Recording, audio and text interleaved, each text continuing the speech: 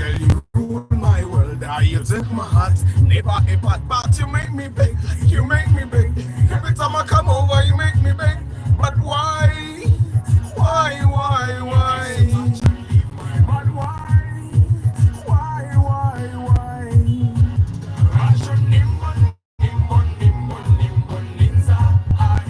Ration nimbo, nimbo, nimbo, nimbo, ninza. I. Ration nimbo, nimbo, nimbo, nimbo, ninza. I. Ration nimbo, nimbo, nimbo, nimbo, ninza. I.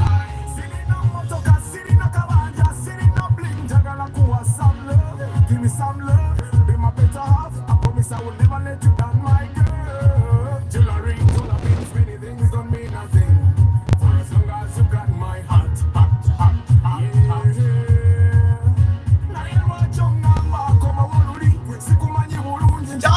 Gereza. I'll take yes, I'll take no, I'll take baby, let's take it slow. You are my number one girl, you rule my world. You took my heart, never a bad part. You make me big, girl, you make me big, girl. Every time I come over, you make me big. But why? You kiss your touch and leave my. But why?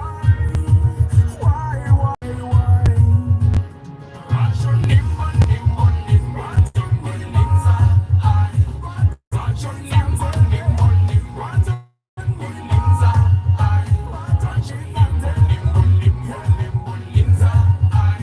Ration nimbo, nimbo, nimbo, nimbo, ninza. Girl, I love you, but you never ever take what I say. See, I need you, but you do what you do ever again. Rope my world, it goes around, around and round and round and round. I love you so, I need you so, I never leave you so. Girl, I'm telling you this every day, every night, that I really feel you, I can't deny. Give us a chance, you and I, you and I, you and I. Give us a chance, you and I, you and I, you and I.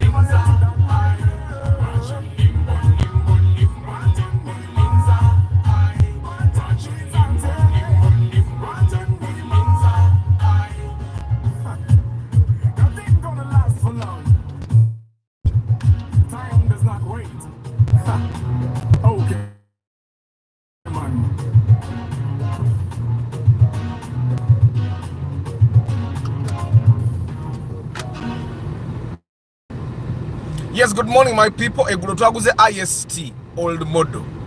Hey, story jajiba wencha. Need a video posting emoroka, so I'm going to post it today.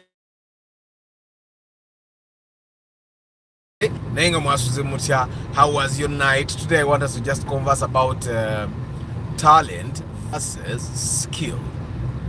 We had a conversation, Mama Abani, with another person that I work with. We were talking about talent versus skill. I was telling these people how talent is much more powerful than skill.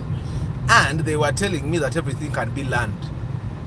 That you can learn everything. And I was telling them, you cannot learn everything. Good morning, Muyombia Mark, Antonio Random Things, VIP, Mugalasi Joshua Mix Farm, Tusime, Eddie, Nick, Wabui, John's Info, Travel Vlog, Brijay Kakai, Morad K, Momo VIP, Chris Fitness, Ruburwa, Ken Cancel Patrick Asiku. Guys, what do you think is the difference between talent and skill? Can a skilled person beat a talented person? Are there talents that can be learned? Are there things that are only for talented people? And then, of course, a skill can be learned by anyone. But do you think there are things that if you're not talented in those things, you cannot even learn them, you cannot be good at them?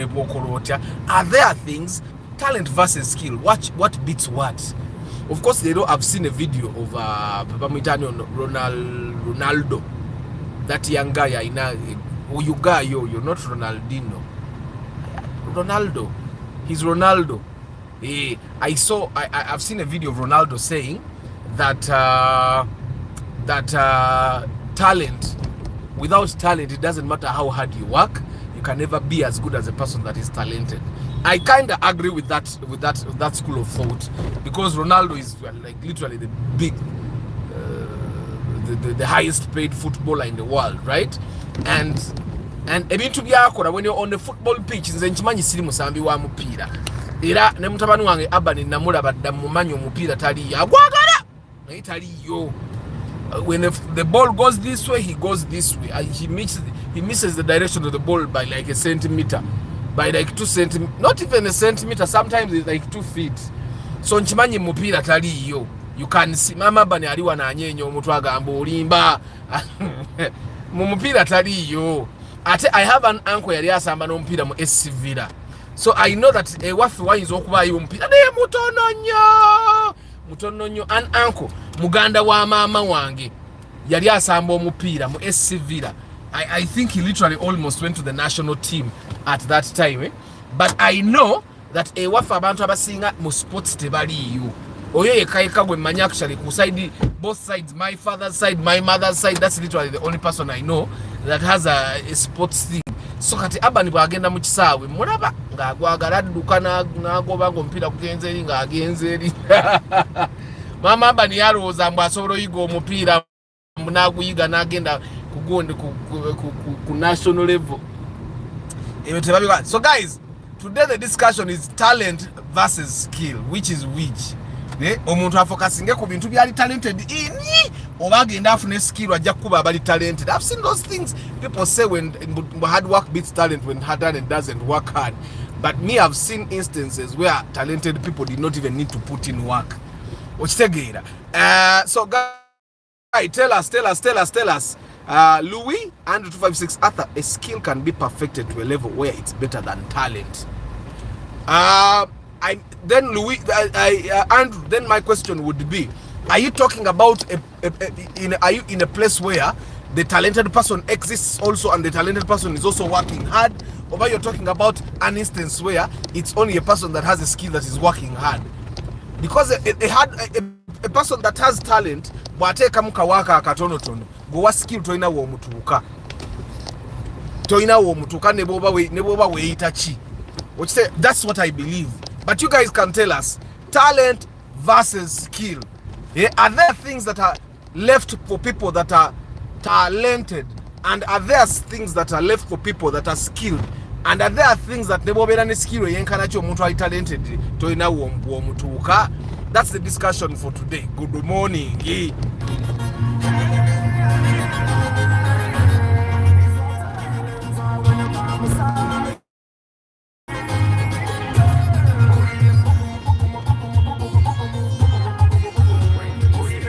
Mumboze mulabe bana abantu abamaalo bano bafuna emmotoka, agala buli muntu amulabe nti yafunye emmotoka, mulabe agenda abuuza buli muntu.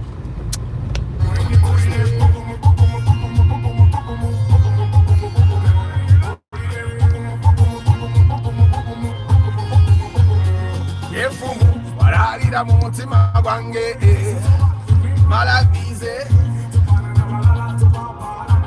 Like for example, guys, we're totally talented oluyimba olw'obbugumu osobola odduyimba. Mb'osobola okugenda mbu n'ofuna skill y'okuyimba, mbu n'ojja n'oyimba oluyimba olw'obbugumu ddala nga muli temuli mu katalenti. Muno ogenda n'ofuna skill n'omanya genda bawa akantu.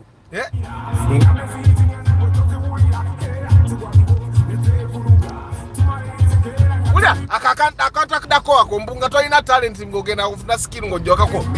Baby girl, you will rock with me.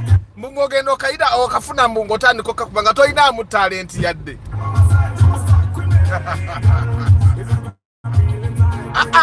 Tudde ku mazina. Nze nali nga njagala okuzina era ndaba abantu nga bazina ne binsanyusa. Ne muganda wange n'aga stamina gaagana. I look awkward when I'm trying to do those things.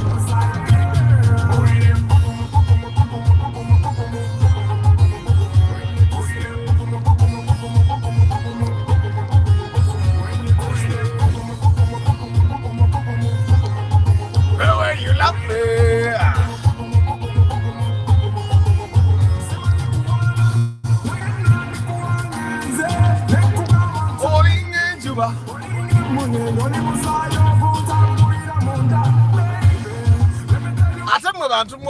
Talent is very important. I remember, all of you have watched the interview I had with Council Yunus, right? And then Council Yunus is really passionate about cars, like most of you guys are. And Council Yunus wanted to also do like something like for the love of cars on YouTube. And then I invited him one time and he did a live broadcast where we talked about insurance. Some of you guys probably remember that day. And those are some of the days when I discovered that my Samsung phone started overheating. That's a little before I started doing morning broadcasts. And after the broadcast, Council, said, Arthur, it's hard work. But for me, it's not actually hard work because I am Arthur. Sometimes, muntu kwenkola na yeyo ku office obaba anjogerera bogezi yagamba you can talk.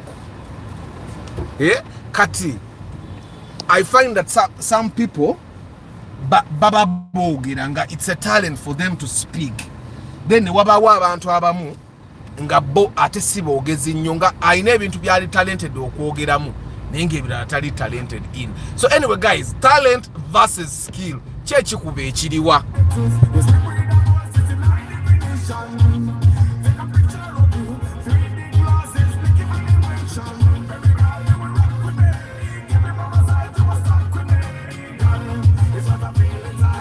Mwe crown mugongo gwamba simanya yeyo eyo crown mugongo gwamba mugiraba kansembere egenze eyo crown mugongo gwamba mugirabye. So anyway guys, we are talking talent versus skill. Good morning Adrian Mugerwa, Nathan. Messi and Ronaldo's situation should answer the question. Answer which one? Say if you are just telling us names. The talent and skill go hand in hand. The skills are a polisher of talent. Abani amanyokuuga he can swim. But since akumuka kagenda mbu agende ku national team because your talent wafe teriyo.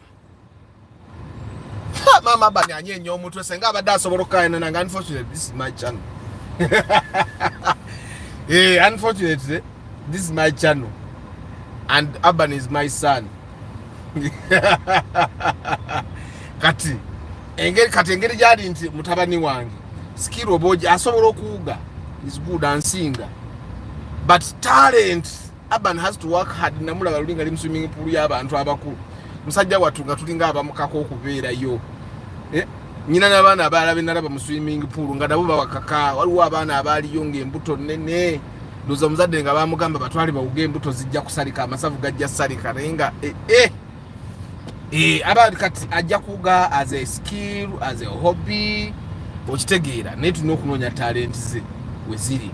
But also guys, do you think Mr. Arthur anything can be learned to perfection, but it takes talent to do something at a genius level? Well, Chairman Zach, now you get those. What happened? Football Tribe, good morning. Chris Fitness Agamba, both talent and skill have to be polished for them to reach their full potential. Okay? Council Patrick Agambye.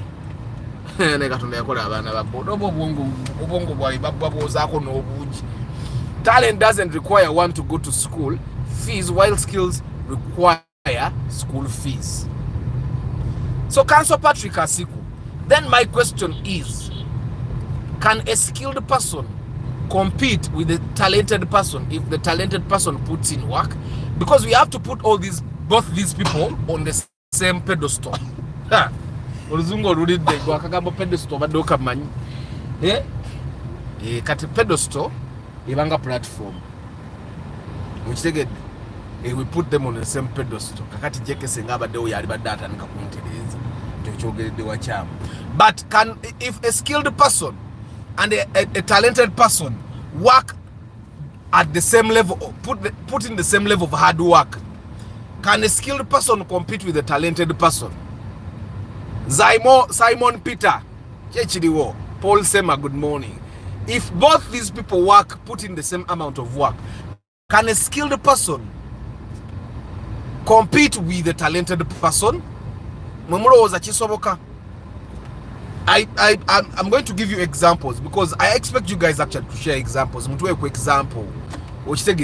Let me share an example that I've shared with you. My high school best friend, Bari Bamuitakato. Dude was talented. He was ngatamanyi kuyimba, ngatamanyi kuzina, but acting, he was a legend. I've actually not seen anyone as talented as that guy. Like, I've not. Dude was so talented. Nenga ate no bonga alina. I don't know about chintu kusoma na church limu talent. That guy, we be in preps in the evening. Guy has gone to watch blue movies. Those that time we used to call them oyas. Nga guy abagenze kulaba oya. Okitegera. I think abawala abazanyanga pono zenako ezo bakola oya. So yenga abera agenze kulaba oya. Nga guy wajja mu class tuba mu 25 nga standard ya femanyikidwa ebibuzo when results come back I'm number 21 between 21 28. Guy is number 3. Every evening we'll be watching oyas. Then go on stage. Guy would always get the lead roles and he would nail them. Gatoina chomugamba. And he will always win best actor the entire high school. I started figuring out that this guy did not have to struggle on the stage ever. Give him a female role, he will nail it without struggle. Give him a male role, he will nail it without struggle. An old man's role, hanuwa DX mujirabye. Kanuwa akasoga baka modifyinga katono akukanuwa akasoga akuna kanuwa akasoga akazungu akukachotala. So the guy was super talented. He would not, and then he's one person that was very likable. He was very likable everywhere. I think he was likable because he really had no ambition. But I find that people that have no ambition are likable because they never step on the wrong toes of people. And I also find that one of the reasons why he had an early death was because he had no ambition. For him, he would take life as it came. So if he came to a friend's house and the friend's girlfriend is loose, he would eat her. If he would live every day as it came. They told us that the chimwe chinzo kubanga chamuta yali chikikwa chaliwe namukube town ni mwabya borozi ukitegeera. So he had no ambition but he was talented. Ngabo bomba mukole ebintu mwenda nga you put in the same level of work, you can never beat him. Bomba that stage you put in, actually when I was starting my company Dynamo 12 now Irinya Dynamo, we came up together with it. We came up with the name together. And the first show by Dynamo, we organized it together. My first show at campus, Narimo first year, I put in my tuition in Alpha. But the first show was a stand-up comedy. That time, the only stand-up comedian in the country was Pablo. And we called the show End It in Laughter. That time, Facebook wasn't even popular. But we put it at the Makerere University main hall. And he was hilarious. He had the biggest audience. And the people that came out of the show, because I think we recorded a bit of it, the people that came out of the show were all talking about him. Oh, guy, about the hilarious. I think he was, you see the level of hilariousness that Amoti is. The other guy was that hilarious. But he just did not put in work. He just had no ambition. So then my question is, because majority of the time when people are comparing talent to hard work, they are comparing hard-working people to talented, lazy people. I want us to compare hard-working people to talented, hard-working people. Let's just put in the same level of work and compare the talented people to the non-talented people. Can a talented person and a skilled person putting in the same standard of work compete?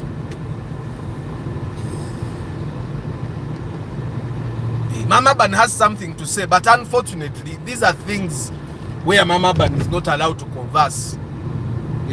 She can be there.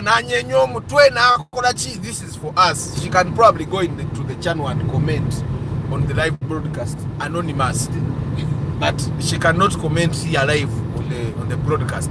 But guys, tell me, talent versus skill, which is which? Church singer omuntu batoli talented mu kintu.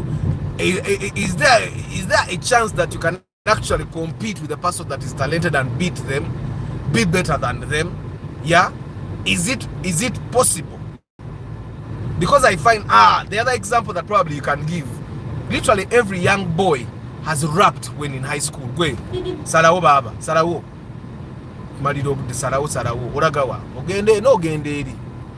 So guys, literally every young person has rapped. Sichecho, every young person tried rapping.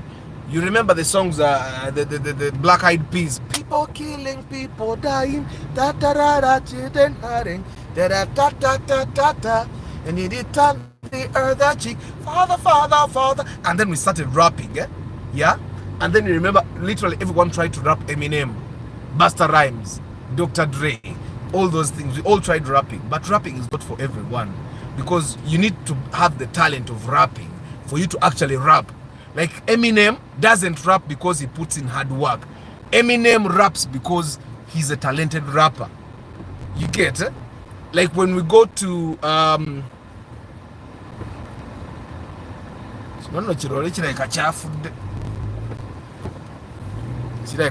ate bino webifiira wekibeeraawo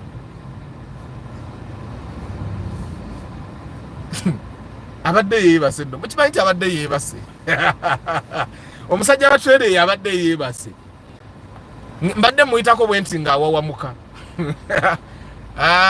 ageza okwagala okusimula ng'ekitala kitukutte. Mama Aban Jails asigale mu lukuubo olidde. So guys, we are talking about talent versus skill olunaku olwaleero.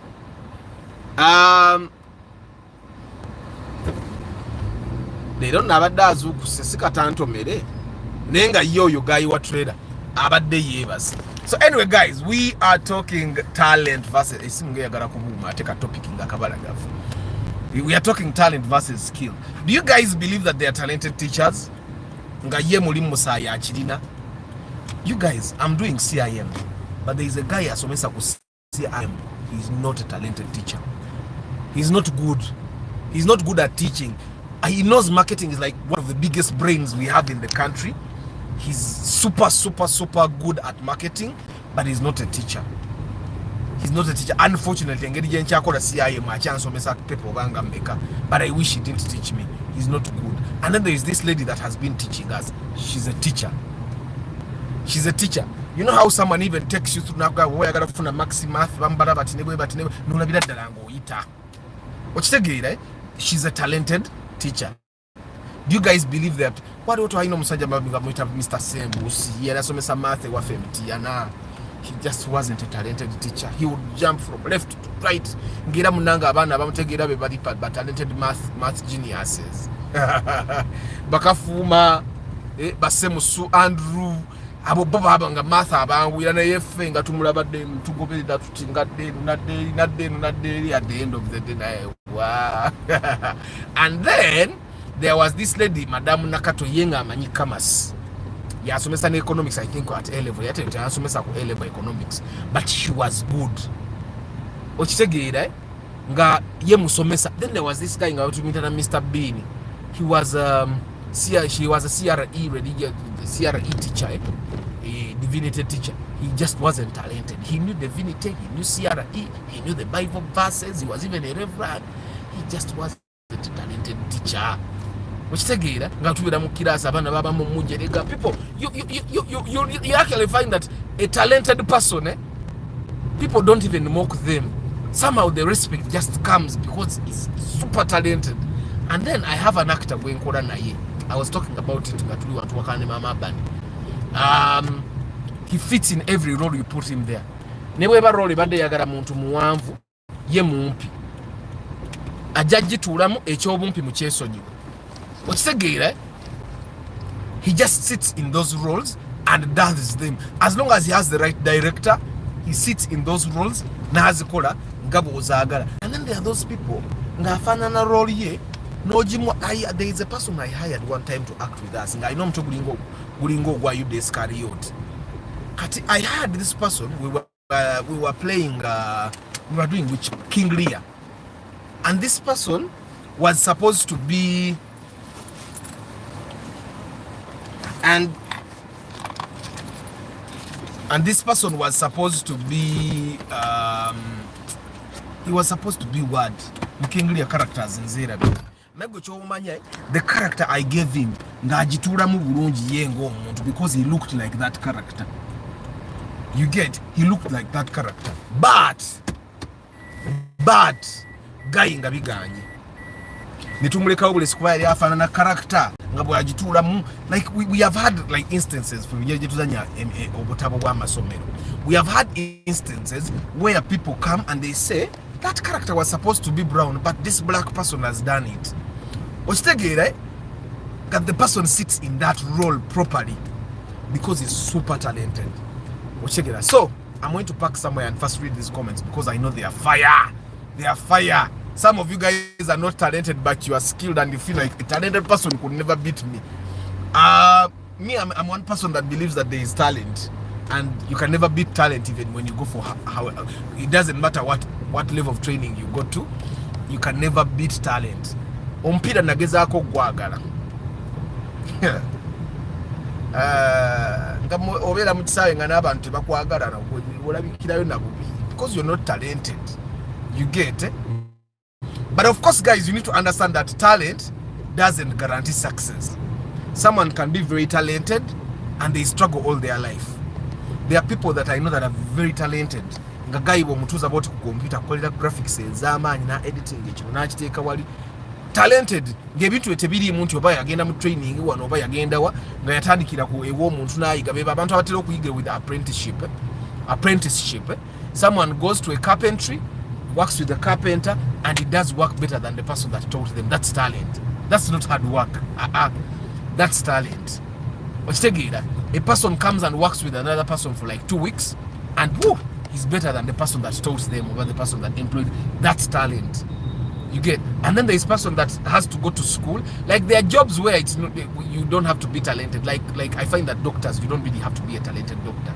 You get it? You can just go and learn how to do medicine because medicine is clear. When you give someone 20 mils of chloroquine in an episode, he dies. What's again, eh? It doesn't have to be, you don't guess. You don't improvise. Talented people can improvise and survive. Non-talented people can't improvise. Abantu aba skill, you cannot improvise. This A to C, you have to go through B. But you can find that a talented person can go from A to Z to B. You get it? Talent versus skill. This is something that nkugambe kulotwa wakanyi kataba ngobe ne waka ngatu wakana talent versus skill. Mama Ban believes that a person can learn and be better than a person that's talented. I believe that a talented person is a talented person. To inatosobola kumukuba. Okay, Paul Sema VIP, good morning. Nicolas Sebrime, good morning. Nathan, but to be fair, if both those people work to the fullest potential, then the talent will be better than the skill. Yeah, huh? Guys, can skill beat talent? If they put in the same level of work, because majority of the time, talented people are lazy. Talented people say they sing and things are easy for them. And guys, just to make it clear, a talent is for you to know where your talent is. You just figure out yourself doing things easier than other people. If it's mathematics, if it's chemistry, it's mixing chemicals is easier for you. You get it? If it's building, like you bricklaying, you lay a brick things just come easier to you. Chris Fitness is saying talent without hard work can fall. Skill without hard work can also fail. I think the constant in both is hard work or effort. Are you sure Chris Fitness is the constant? On a football pitch, a talented footballer can play with a skilled footballer, but a talented will ever outshine. So in football, for example, talent will always beat hard work. Chris, yes, they can equally compete at almost the same level, but the skilled can edge it. However, luck can be the decider. Such a scenario. Luck is a very good thing. Luck is a very good thing, but I find that it's in Africa where we think about luck all the time. Because ebintu byafe mukisa bukisa, ebintu byafe bisinga mukisa, okusurviving mukisa, okola chi mukisa. But let's just put these things people in an environment where it's constant, they have the same luck, they put in the same work. Which take it, eh? Mbadde njagala nnyo luck tujije mu kifaananyi wano. Cindy is talented and Shiba is hardworking. Cindy is talented, Shiba is hardworking. I happen to find that both these people are hardworking. I find that both these people are hardworking. Let me tell you, I think both these people are just hardworking. Like, I can tell you that there is nothing outstanding about Cindy, and there is nothing outstanding about Shiba. I followed Cindy from the time of Badi Bajita Coca-Cola Pop Stars, rated next Pop Stars, when Cindy joined Lillian and Jackie Blue 3. The one thing that helped Cindy get to the level where she got in Awamani is because both these people had management of Fenon, of Steve Jean, and the Blue 3 got known. And they put in work.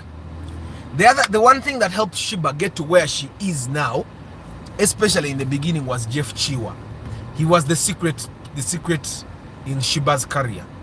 Then he got her to a level where she could actually survive a little longer. Right now, she's not thriving as she thrived when she was with Jeff Chiwa, or a little after Jeff Chiwa. Which together, so say I find that both these people is purely hard work. There is no talent. Some of the people that you could probably say are really, really talented. Nava Gray is talented. Yeah, Irene Namubiru is talented. Like I find that music for them comes too naturally. Like Irene Namubiru could do dancehall, R&B, all those styles.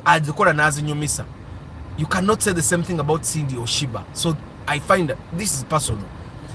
This is my personal opinion. I find that both Cindy and Shiba are just hardworking. Yes, they have a bit of talent, yes, but most of them it's hard work.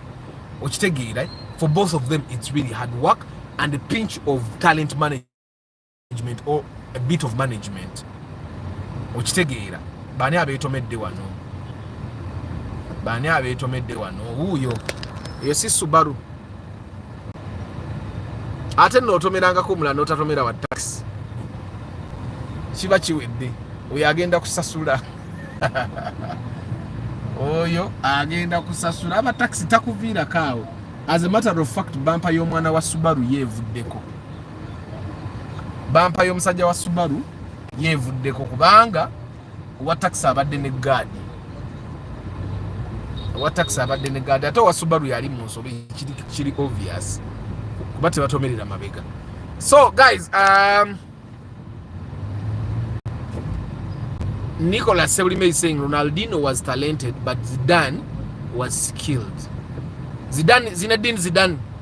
Okay, I'm not a very. I don't follow football that much. Okay, for the guys that follow football, is it true that Ronaldinho was talented and Zidane was skilled? And how do you differentiate the two in football? I've tried to play football, and I find that some of the things that are done in a football pitch, it has to be pure talent because there are things that are done by people nga ne bonokola practice yenkana tosobola kubikola ebintu mbiri random. Do you know how many people fail to discover their talents, but so many people have managed to perfect skills? Exactly. You can perfect skill, yes. I don't say, Andrew, that you cannot perfect skill.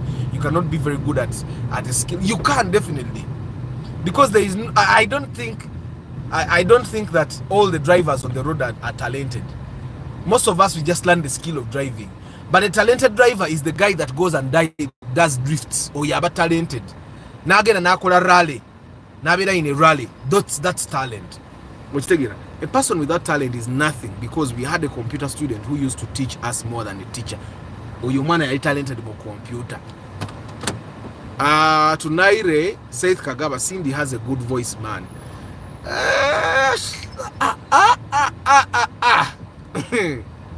Sebugwao Medi, good morning. Luzina Michael, you can never take away luck from anything. Hard work and discipline just increase your probability of succeeding. The universe runs on probability. I find that we can say luck is everything, but I find that for us in Africa, especially in Africa, luck is literally everything, because in Africa tewali kye tukolanga tekiri mu luck. N'okuwona obwonyi ogenda mu ddwaliro ovaayo ng'oli lucky. Okitegeera, that's in Africa. Okitegeera, in Africa everything is luck. That's probably why you're saying that. But there are countries where you will go and luck is not the decider. Okitegeera, and it's based on how good you are at what you do. It's not pure luck. I find that most of the things that we want to say are luck are not actually luck. It's preparation. Luck meets a prepared person. Some of the good things that have happened to me did not happen to me out of pure luck. Me, I can tell you that. Yes, I want to say I was lucky because I was in that place at the right time. But there are other people that were not there. Me, I've never picked money. So you cannot tell me that I've been lucky in my life. You remember, you guys, I got scratch cards of Shell. The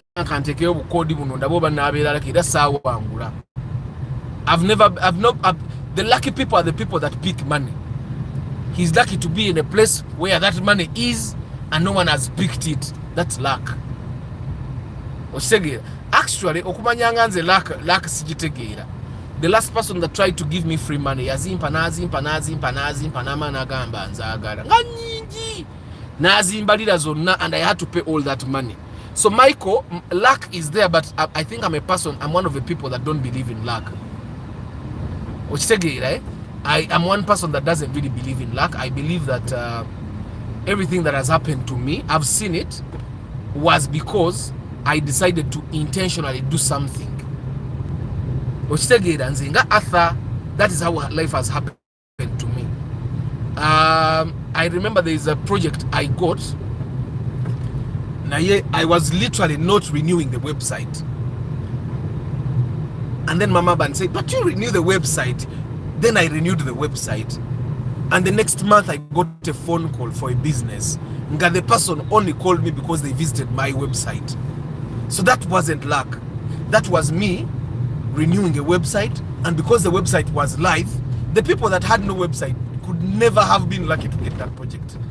So that when you say you cannot put luck out of things, I can dispute it. I have so many examples in my own life where it's not luck.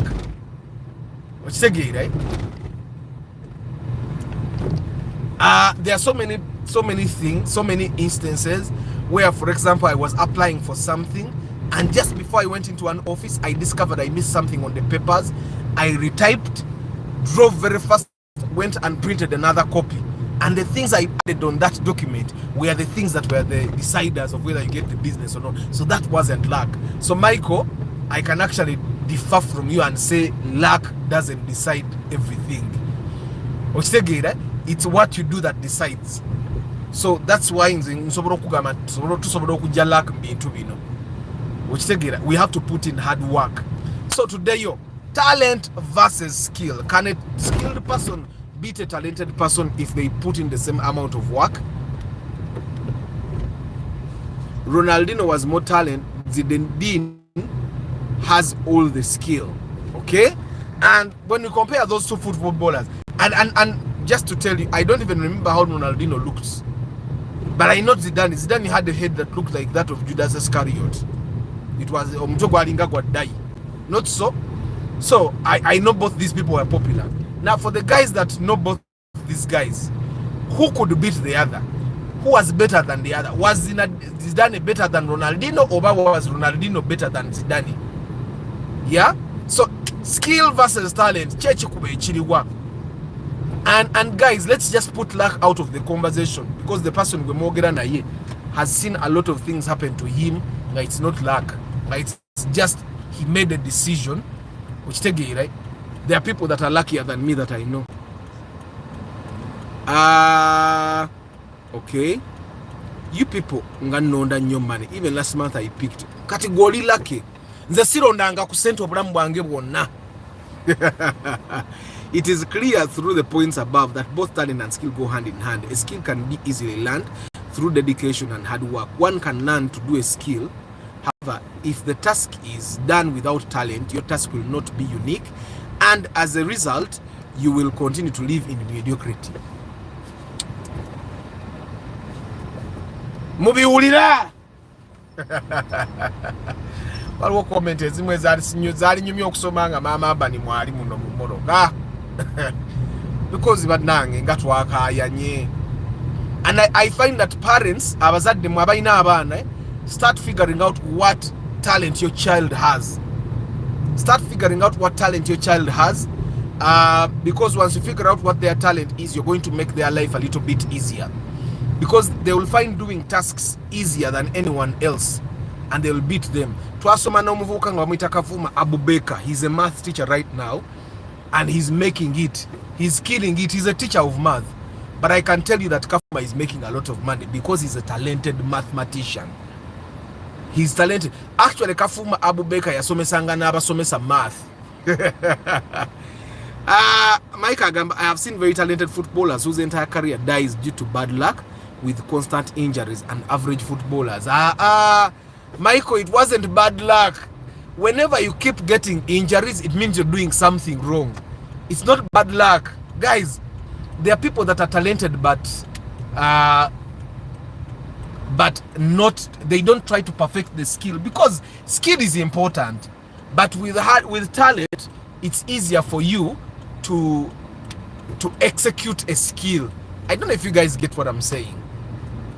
So Michael, if someone keeps getting injuries, it definitely means they're doing something wrong. Because I do gym, and I can tell you, there's a time when I had a shoulder injury for a very long time.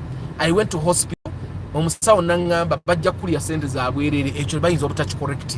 Just correct how you lift your weights. And I can tell you, I discovered what I was doing wrong, and the shoulder injury went.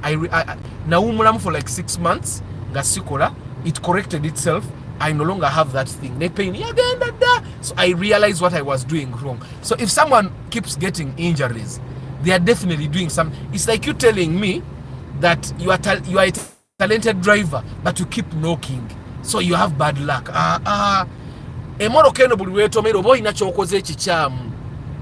And Michael, I want to tell you, in my experience, once you discover that bad luck sometimes, okay, your wrong decisions, your wrong moves can sometimes be mistaken for bad luck.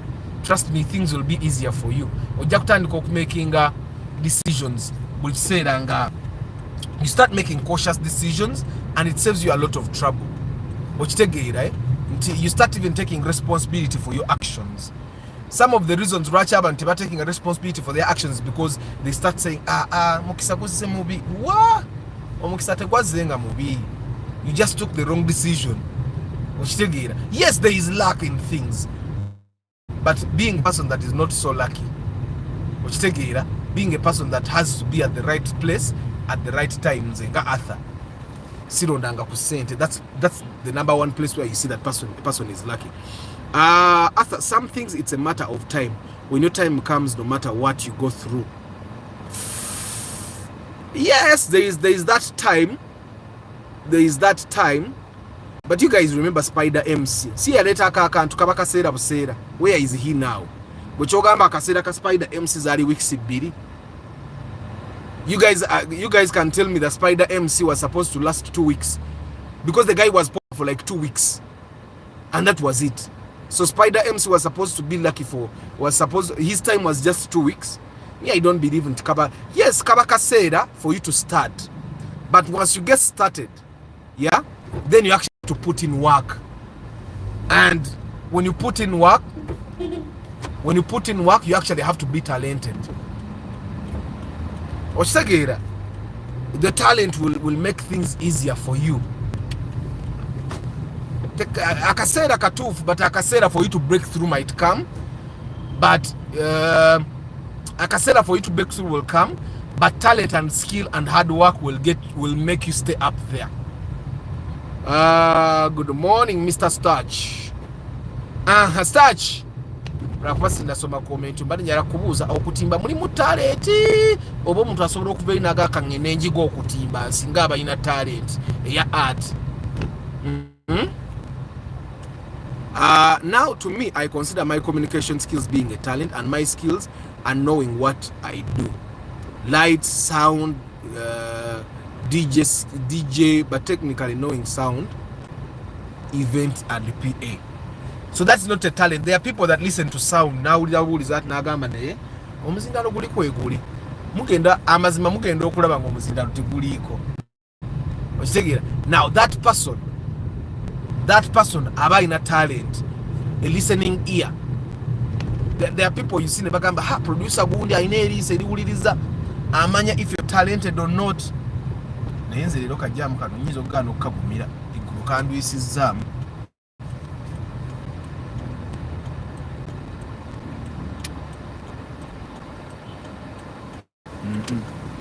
Sigenda kagumira.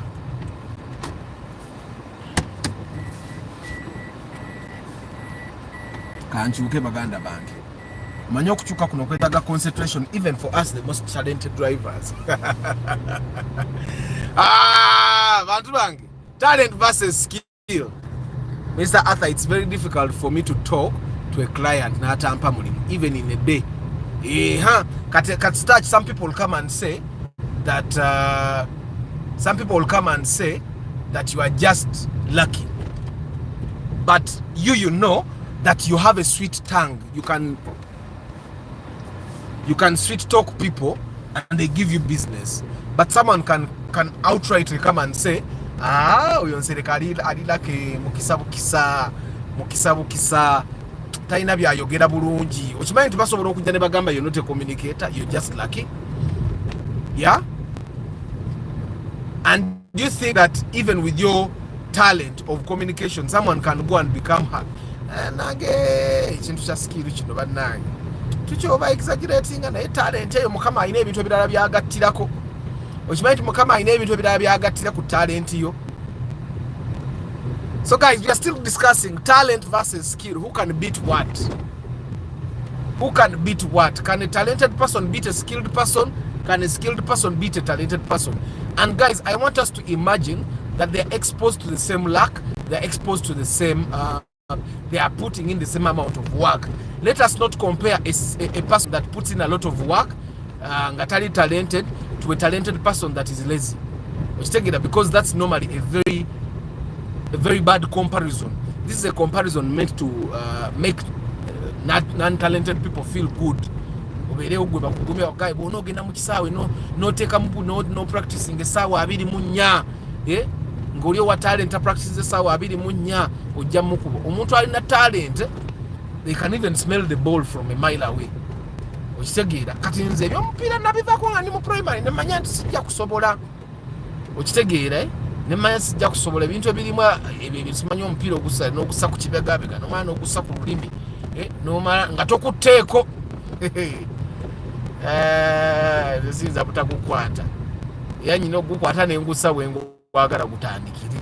So kati awo nze ebintu ebirimu sikini ngosamba busambi okozesa ebitundu ebirala ebyo naye tukozesa mukono nze ebyo kati sibisobola. But anyway, the conversation is talent versus skill. Who beats who? Yeah, who beats who? And do you think that someone can be trained like when we go to acting, we were in school gwe ebitala bitutadde naawe bantu amu Subaru bazivugako manya vuga Subaru naye nga n'ekitala kikuta notandika okwerowooleza mu kubo.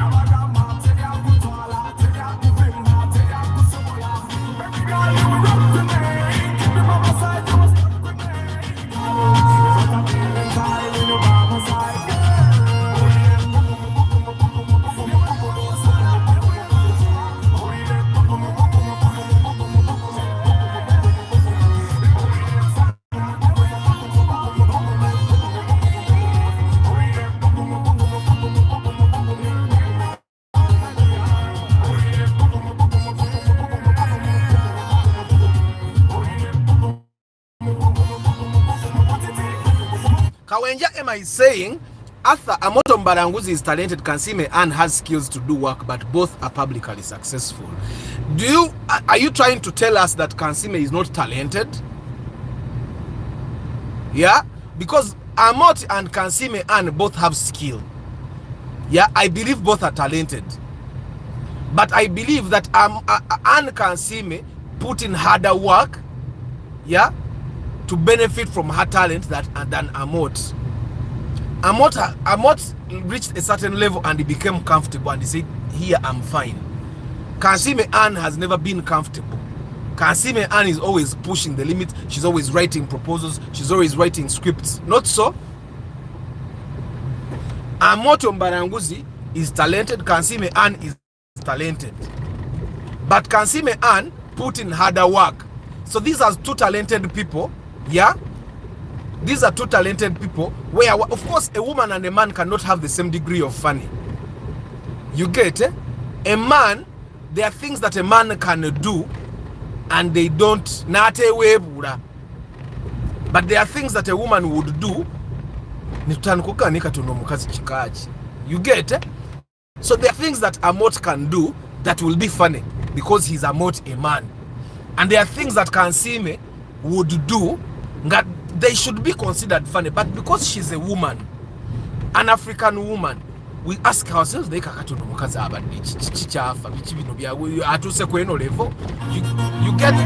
get what I'm saying? So Kawenja, are you trying to say that Kansime Ann is not talented? And why would you say that Kansime Ann is not talented? So guys, we are still talking talent and skill. Actually, because your statement still seems to tell us that Kansime is not talented. Because remember, we are comparing people that are talented and those that are not talented. That are they just have the skill. And for example, I gave you an example in Uganda. Talent. Of course, there are people that are talented healers. And then there are those that are just skilled. You guys have had those things. Ngabagamba oyo musawo akube empiso towulira nakulira ntekuluma nakuluma. Those are guys that are talented. Those are people that are talented into buli muntu musawo gundi wali, because of the way that doctor handles them. That's talent. No atayina talent ya busawo awonya. But there are those guys that are kati abasinga abazimbedda yabanga talent, but then netutuuka at a certain level nga talent si yekola. Enyumba za box talent tekola. Enyumba ya box talent tekola. Enyumba ya box yetaaga mu skill. Kati omuntu asobola okubeera nga talina talent ya kuzimba, naye nga ina math oli skill. Because math, you can survive on math even when you're not talented. Kastote kama amanyi nga manyi. There are professions probably where you can survive even without talent. But then even then, sometimes it's fatal. You guys have seen, I've watched some medical dramas. I've seen a medical drama called House. You guys, some of you I'm sure have seen it. And what House makes you feel like, oh my God, I wish every doctor would be like this. That's what they call talent. He's a diagnosis specialist. Ya tulabutuzi ne bamugamba ekirwadde n'agamba naye mukebere ku kino bagenda okukikebera nga mutu naye nga tewali yali kirowoozezaako. It's not luck, that's talent. Okitegeera. Example, in 2012 a friend started a welding workshop and he employed me and Sulaiman only for 2 years. Paka ekintu bwe kyakwatayo. And we had to leave. Me, I had all the skill, and Sulaiman was good at okulete emirimu. So Sulaiman was a talented marketer and salesperson. You are a talented welder. Oba mwena temwina talent mu surviving. Because sina wenda bikigambo talent. Okitegeera. But from what you say, you guys went to learn welding. Sulaiman navayo ngebya welding tabitegedde. Nenga asobola marketing. So Sulaiman could be a talented marketer. From what I see, Sulaiman is the person that actually does where talent is the winner. because tewali yabayigiriza marketing mwena mwayiga kugatta byuma sicho naye Sulaiman n'avaayo ng'ate ye ebyuma biganye okitegeera ng'ate yayizeyo bwakitunzi si bwe kiba. Hard work beats talent when talent doesn't work hard. But Ataho, what if talent works hard? That's what we are saying. That if there is hard work and there is talent and hard work, can hard work beat talent that works hard? That's where we are. You get it? And that's what I want us to ask ourselves. People fail to realize their talents because they underlook the kind of work where their talent lies. Exactly. Someone can have a talent, and that's you guys. I've given you an example of a woman. She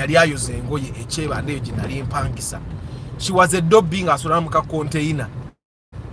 Like when this guy was telling me, she's the example he gave me. Nangambo yomukaza name is go bamusavu. Double room. Ninga achabira muka container ke ngemukoze ngoye mwajeji. Now, of course, we would have to understand what is her talent. Is her talent washing, cleaning, or her talent is handling people? Because there are people that have survived in businesses. That person is not very good at what they do, but they know how to handle people. The talent is customer service. That person is good at handling people. Simply because this person knows how to handle people. Then there are people that have problem-solving talents. Which is the solution. Talent beats hard work any day, any time. Is that Chinese for Chongqing? Lucky Mose, good morning. Still, you might be talented in handball. Talent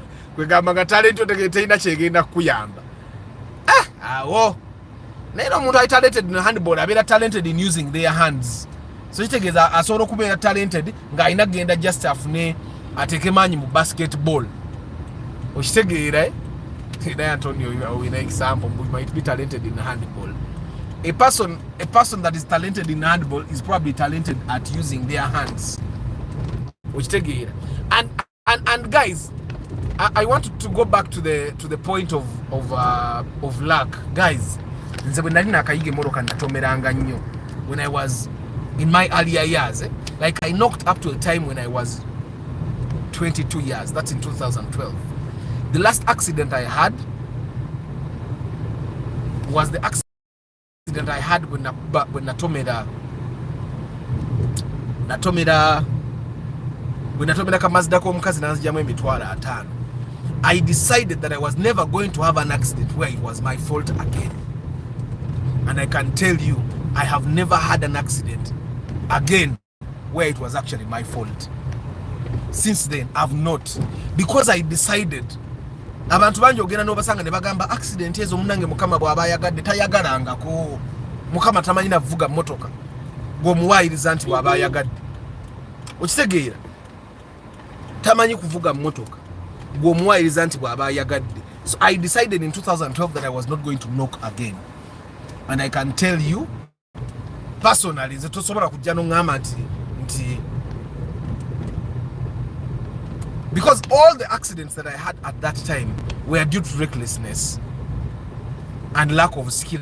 Ani apakinze mu sport yange niba n'abantu baabaki atono simanyi oba atandika bano bantu kubasasuza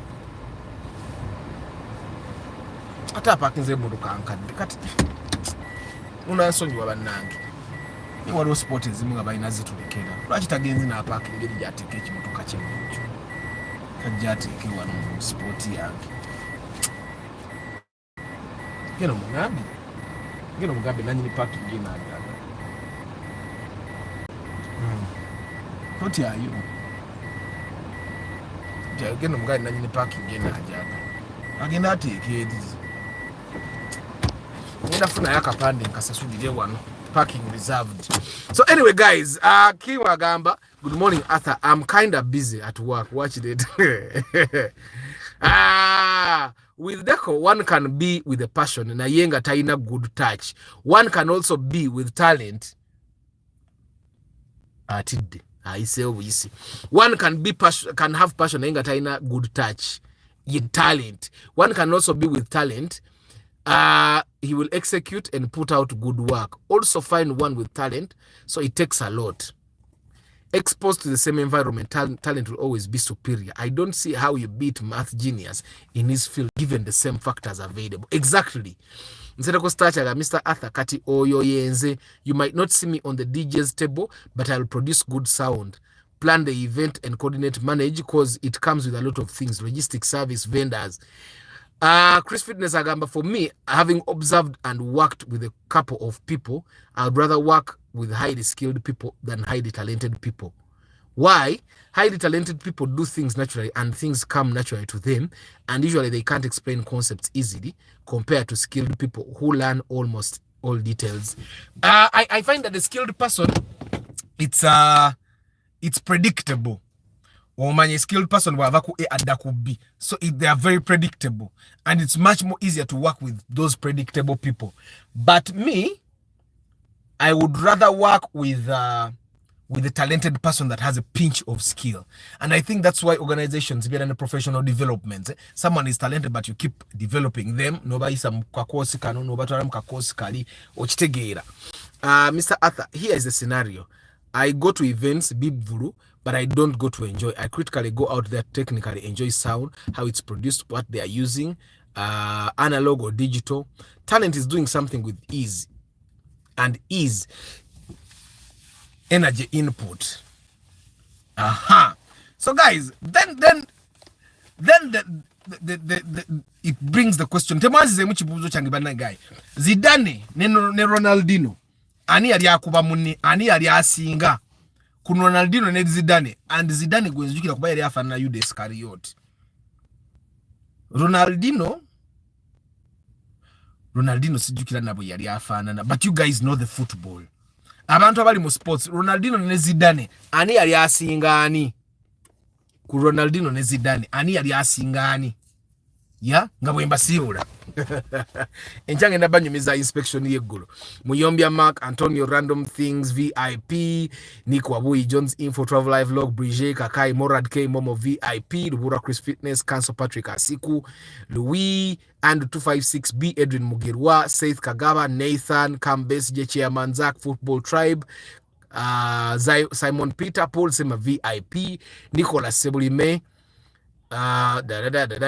Seth Kagaba, Musalwa Derek, Tunaire, Sebugwao Medi, Luzinda Michael, Ntale Samuel, Bukarari, yes, Bukarari, Kawenja Emma, Nsereko Starch, yes, Lucky Mose, No Yoru China, Musime Kim Job, Heath Moses, Muroza Sibamaze, you know. Ronaldinho was exceptionally talented.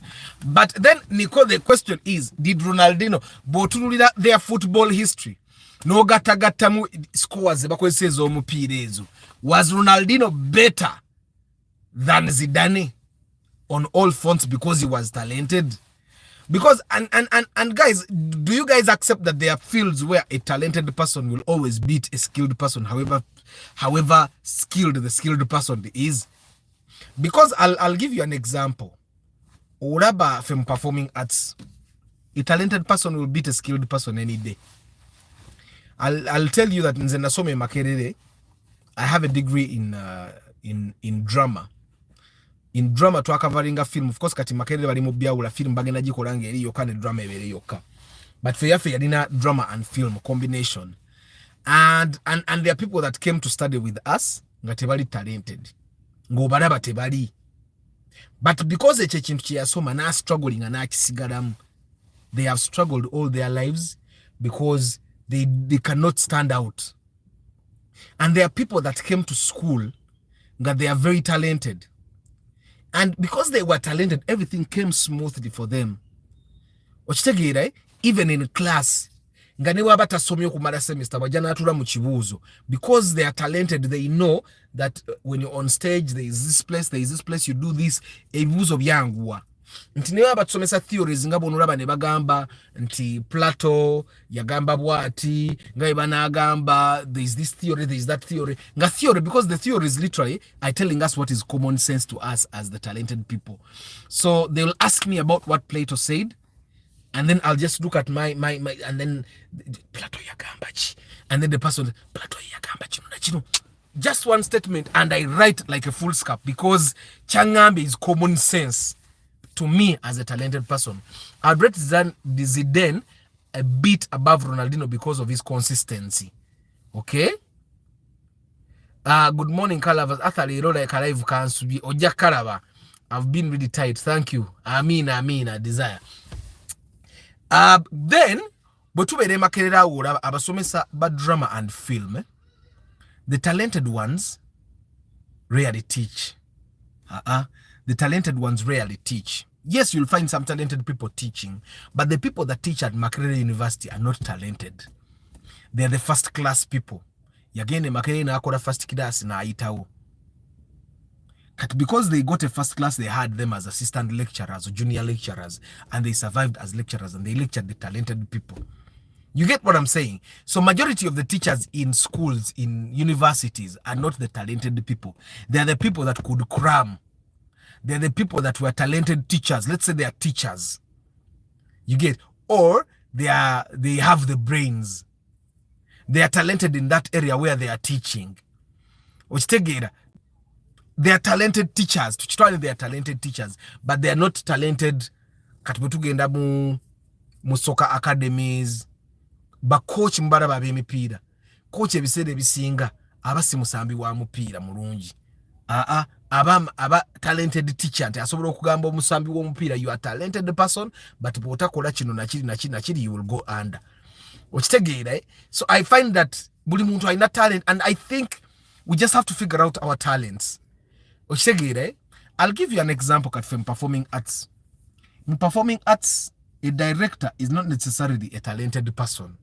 More acting, there is the specific talent of a director is the talent of knowing which people should work where, or which components should be where.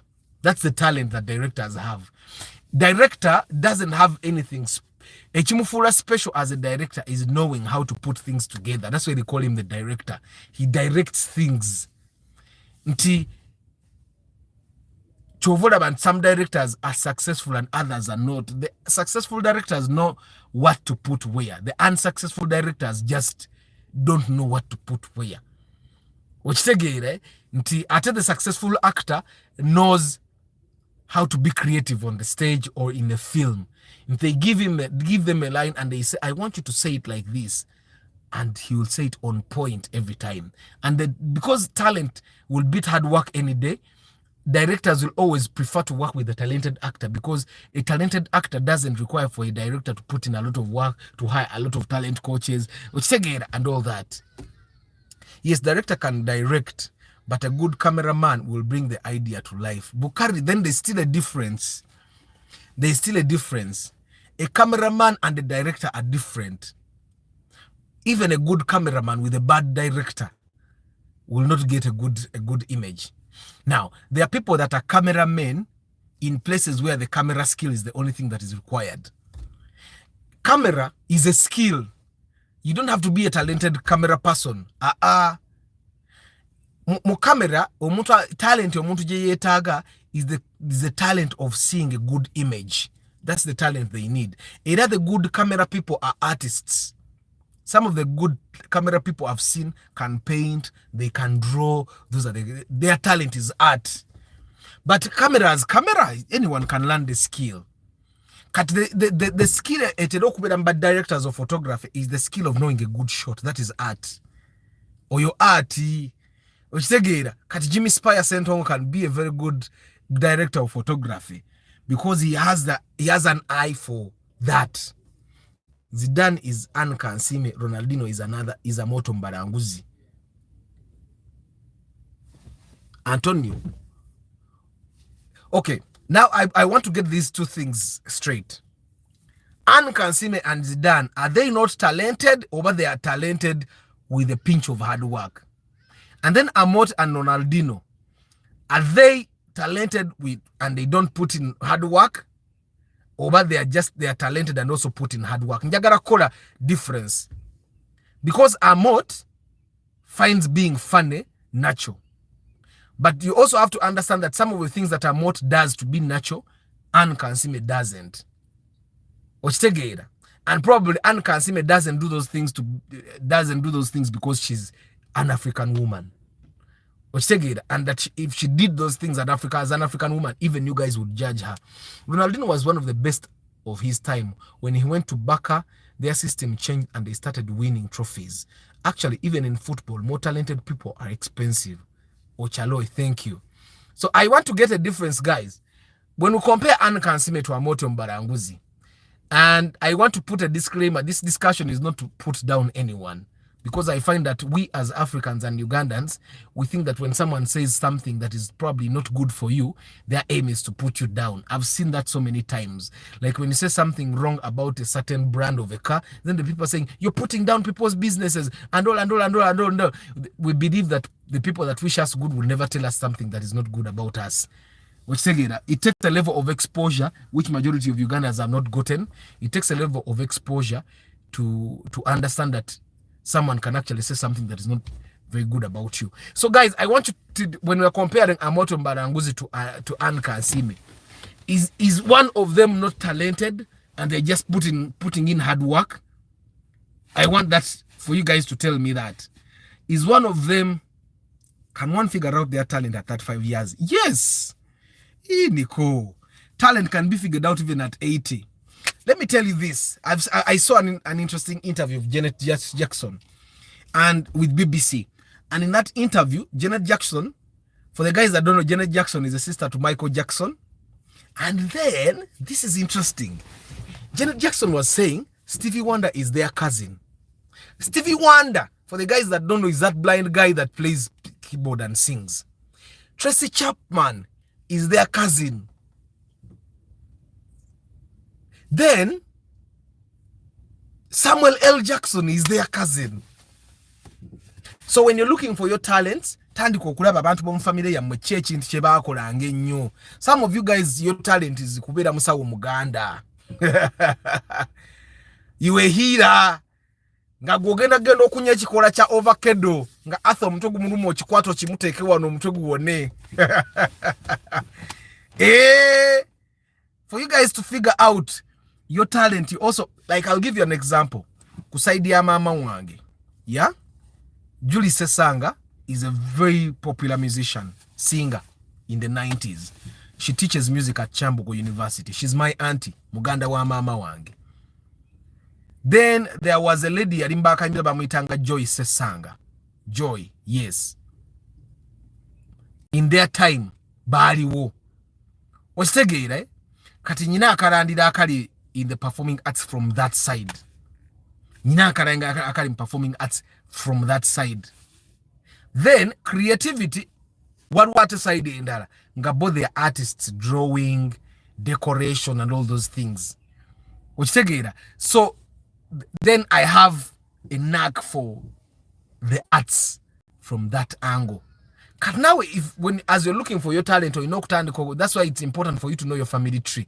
Because you can imagine, who would have imagined that Janet Jackson, Michael Jackson, Stevie Wonder, Tracy Chapman, Samuel L. Jackson, those guys are talented and they're outstanding. Exactly, your talent is within your reach. Just look around what most people approach you to do, and you do it with ease, even for less or no money. But then you need to find a way of making money out of it. Guys, rush the music is an embassy. Tunakwata gana ncha mu random ka talk Thursday. Kangende kano ka class nkajewa ate nkwasa kanye ebirala. Timwira bila musobola kyasobola kuyingira digital marketing mu September intake. Omwaka guleme kugwa kugato is digital marketing. So guys, I hope this has been for me my beliefs have not really changed. Like, one, the belief of luck. The reason why they say luck and preparedness are best friends is because for you to be lucky, you have to be in the right place at the right time. And for you to be in the right time in the right place at the right time, you might need to put in some level of hard work. Right? You might actually put in some very good decision making. So for me, I believe that hard work is important. I mean, luck is important, but tochikulembeza. Zenga Arthur, you have to be in the right place to be lucky. You have to have the right skill to be lucky. You have to have the right talent to be lucky. I'll see you tomorrow morning. Ciao.